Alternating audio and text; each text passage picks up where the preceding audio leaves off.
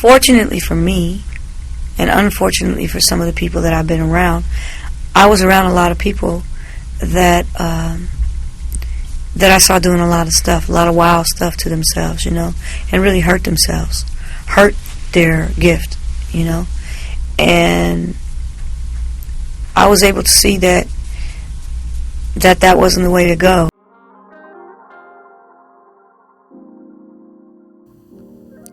A Southern California native, Teena Marie was born Mary Christine Brockhart in Santa Monica and was raised in the Mission Hills and Venice neighborhoods of Los Angeles. She performed tap dancing in a 1964 episode of the Beverly Hillbillies when she was 8 years old, and she was interested in musical theater in high school, but she was originally drawn to a wide variety of music. She taught herself to play numerous instruments, beginning with guitar, bass, and congas, and was leading her first group before graduating high school. Teena was discovered by Hal Davis while playing in a subsequent band with her best friend Mickey Hearn and her brother Tony Brockhart. The band was put through an audition by accomplished writer-producer Hal Davis for Berry Gordy of Motown, who chose them to star in the movie The Innkeeper. Though Teena was on the Motown roster by the end of 1975, the project was abandoned. By the time I was 8 years old, it was my dream to be on Motown Records, to be the first successful female on Motown Records, white female. And when I was 19, I got a chance to sign with them, and I was there for 6 years.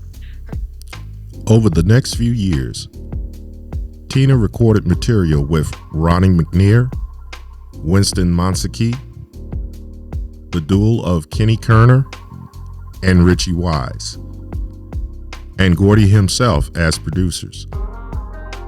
None of it was deemed fit for release, though Teena, during this phase, placed a ballad she co-wrote, Just As Long As There Is You, on Tata Vega's 1976 album, Full Speed Ahead, produced by Montague. Teena was later partnered with rising funk star Rick James through manager Winnie Jones, a member of the Joe Petit crew who worked for Motown publishing company Joe Petit. They connected right away, and with the help of James' Stone City Band, they put Teena's debut record together.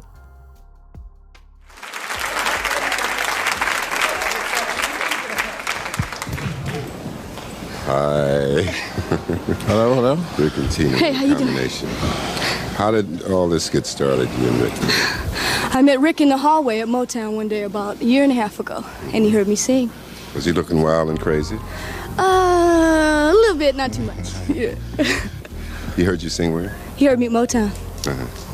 And he volunteered to produce my album. Get involved. Did you know what punk funk was at the time? No, at that time, Rick's first album, Come Get It, wasn't even out. Mm-hmm.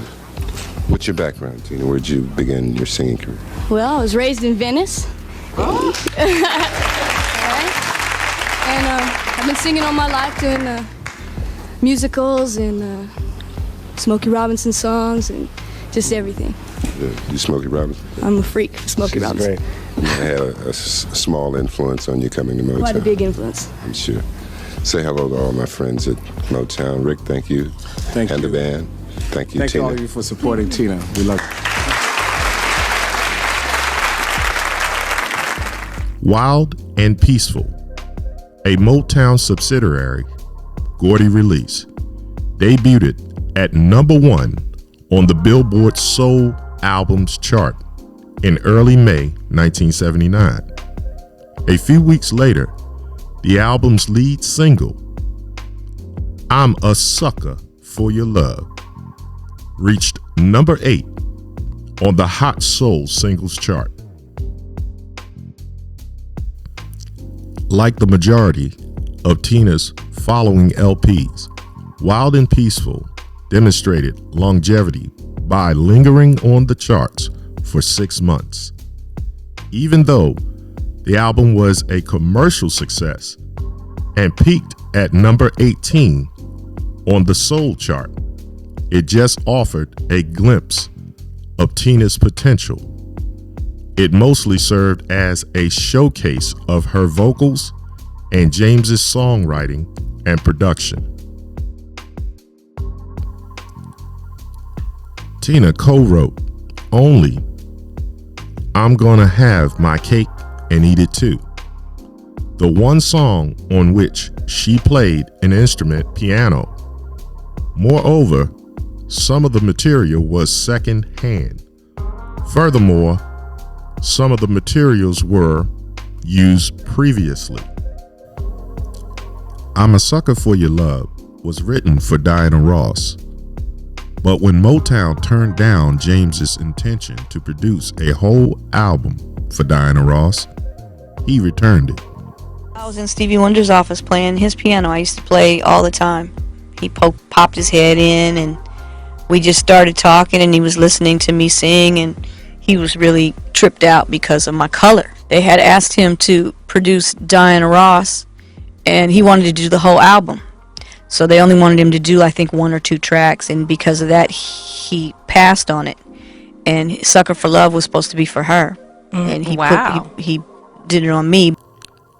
Going by her voice and lack of accompanying portraits in the packaging of Wild and Peaceful, listeners assumed Teena Marie was black.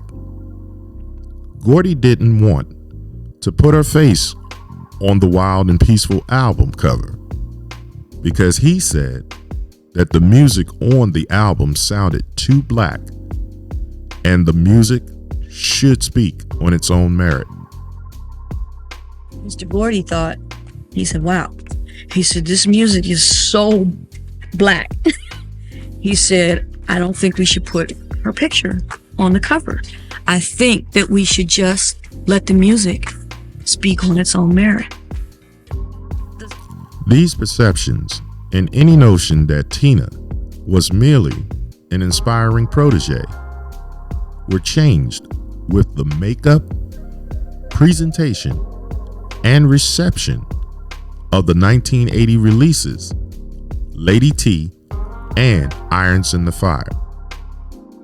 It was really important because, like I said, there wasn't a lot of shows for us, you know, and you know, my skin is white, but I'm not looked at like that, you know.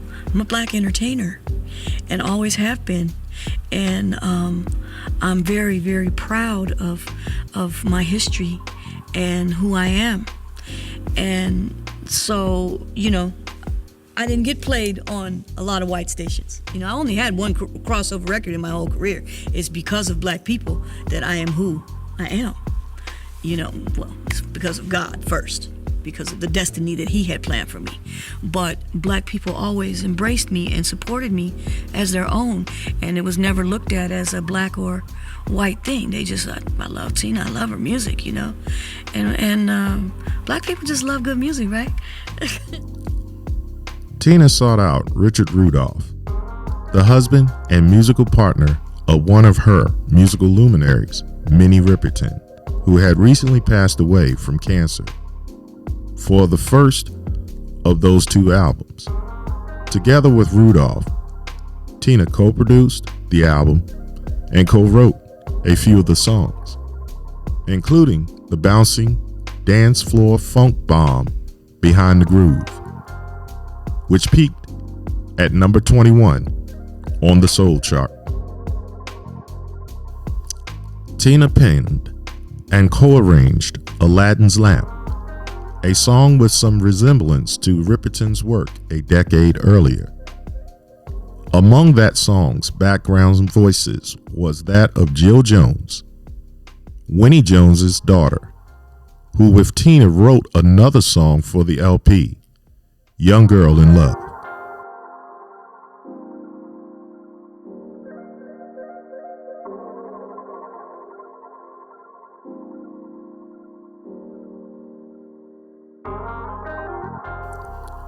Teena maintained another connection to her beginnings with You're All the Boogie I Need, written with Mickey Hearn, who would continue to collaborate with Teena for the long term. Maya Rudolph, Ripperton and Rudolph's then young daughter, is also heard speaking on the album. Teena's third album was recorded when Lady T was only 6 months old. Teena's second top 10 soul entry and first top 40 pop success, I Need Your Lovin', came from her album Irons in the Fire, which peaked at number 9 on the soul album list. Also, she produced and wrote all the songs on the Irons in the Fire album. Come on. Get on the mark there, Lady T. You tired? No. No? You want me to do it again? How long? How long could you do that? About an hour. You seem like such an innocent little girl. I understand you're from Venice, California, Yes, which I am. has been getting a lot of publicity lately. BC. What's so great about Venice? Everything. The vibe, the people, the atmosphere, everything.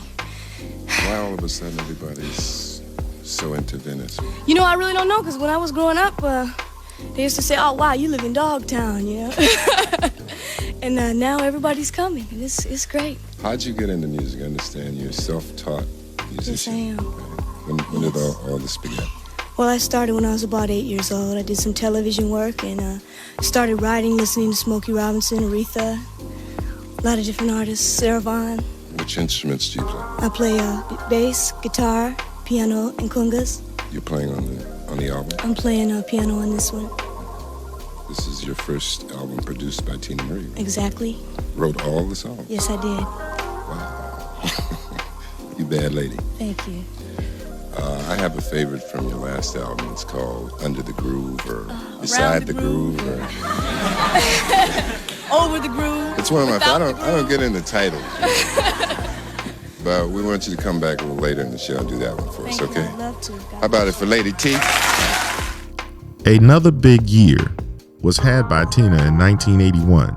She duetted with Rick James on the black radio staple Fire and Desire off the multi-platinum Street Songs, and assisted another Motown act, Ozone, on Gigolette. She released Irons in the Fire between those two appearances. While gratitude pervades all of Teena's records, it is most apparent on Irons in the Fire, a collection that includes mentions and tributes to the Marvelettes, Aretha Franklin, Donny Hathaway, and John Lennon, among others, as well as backup vocals from The Temptations. Teena used Blondie's Rapture as a model for her rap on the number 3 soul single, Square Biz, where she also makes reference to a number of other influences. The first Teena album to be RIAA certified gold was It Must Be Magic, which peaked at number 23 on Billboard's main album chart and was Teena's highest charting release at the time. Also, the classic Quiet Storm track Portuguese Love appeared on the album. Despite the expanding list of accolades, Teena's relationship with Motown deteriorated to the point where a lawsuit was filed, and the Brockhart Initiative, also known as the Teena Marie Law, was established, which specifies that a company cannot maintain an artist under contract while withholding new recordings from that artist. Teena departed Motown and signed a deal with Epic, which gave her the opportunity to start her own publishing company. Her second label era began in 1983 with Robbery, the first album she created entirely on her own. With Fix It and Midnight Magnet, Teena added a little more rock and Latin jazz to her mix, as well as assistance from Patrice Rushen and Stanley Clarke, and discharged 2 more smashes into the top 40 of Billboard's Black Singles list, formerly Hot Soul Singles. Teena had struggled with pop success, but the lead track from her next album propelled her into the top 10 of the Billboard Hot 100. Teena received her second Grammy nomination for Best R&B Vocal Performance Female as Lover Girl reached number 4 and propelled Rocking Parent LP Star Child to gold status. After producing and writing for her Epic signed backup band, Cutie Hush, she went with an even harder sound for Emerald City, which also had a batucada distraction in 1986. Naked to the World and Ivory, released in 1988 and 1990, respectively, employed a slicker modern R&B sound with some New Jack Swing flair. Those 3 final Epic LPs yielded 7 charting singles, including the instant classic ballad Ooh La La La, which became a hot single chart topper for the next decade on the Fugees' Fuji-La. Throughout the 1990s, Teena Marie classic R&B, soul, and funk records were either sampled by hip-hop artists or covered by R&B divas. Passion Play, self-published in 1994, was followed by a few years of silence, and another 10 years elapsed before Teena produced another album. Teena spent much of her time raising her daughter.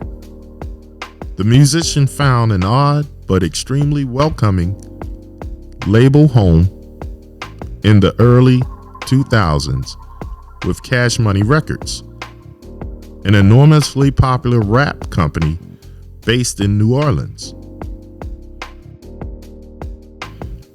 She released LaDonna for Cash Money in 2004 and Sapphire in 2006.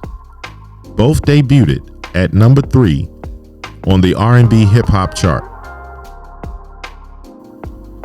The former also reached number 6 on the main album chart, Teena's highest position to date, and included her 3rd Grammy-nominated single, I'm Still in Love.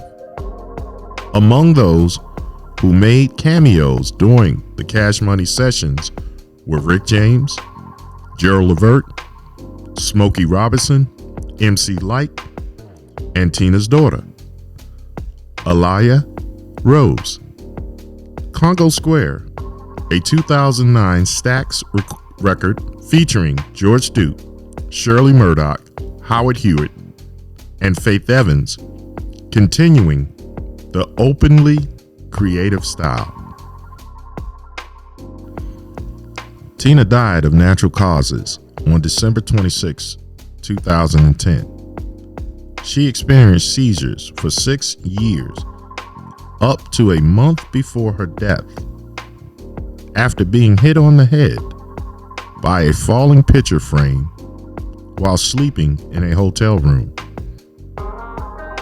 There have been numerous compilations, reissues, and posthumous publications since then. You know, we lost Rick James, who was very close to me, obviously, and so that was difficult for me. And I had some accidents. I had a huge picture fall off a hotel room wall and hit me in the head while I was sleeping, which caused me to start having seizures. And I had a sub-zero refrigerator fall on me. So I had a lot of stuff going on with me. And I was doing a lot of praying. And I also had an addiction with Vicodin, painkillers, after Rick passed. So I went cold turkey off of those. And so I was, really, really kind of loop-de-loop for a while. First Class Love, Rare T, was released in 2011 and gathered the pre-debut Motown recordings over 2 discs. Teena's final studio recordings, with finishing oversight from Elia Rose, were released as Beautiful 2 years later. John Morales showcases Teena Marie, love songs, and funky beats, released in 2021. Featured fresh remixes of hits and deep cuts based on the original studio tapes. Teena Marie is known most for her unmistakable voice, an elastic and vibrant soprano that exemplifies soul, funk, rock, and any other style that lifted her spirit and sparkled her creativity. She's worthy of celebration for that and every additional talent she displayed throughout her 3-decade career as a singer, songwriter, arranger, producer, and multi-instrumentalist. Then I'm just, just a deeply spiritual person anyway. You can obviously tell that through the music. And I've always felt that that God had a special intention for me in my life doing music. And I appreciate and thank Him for that every day. Don't forget to comment below. Also like and subscribe to our channel. Thank you for watching.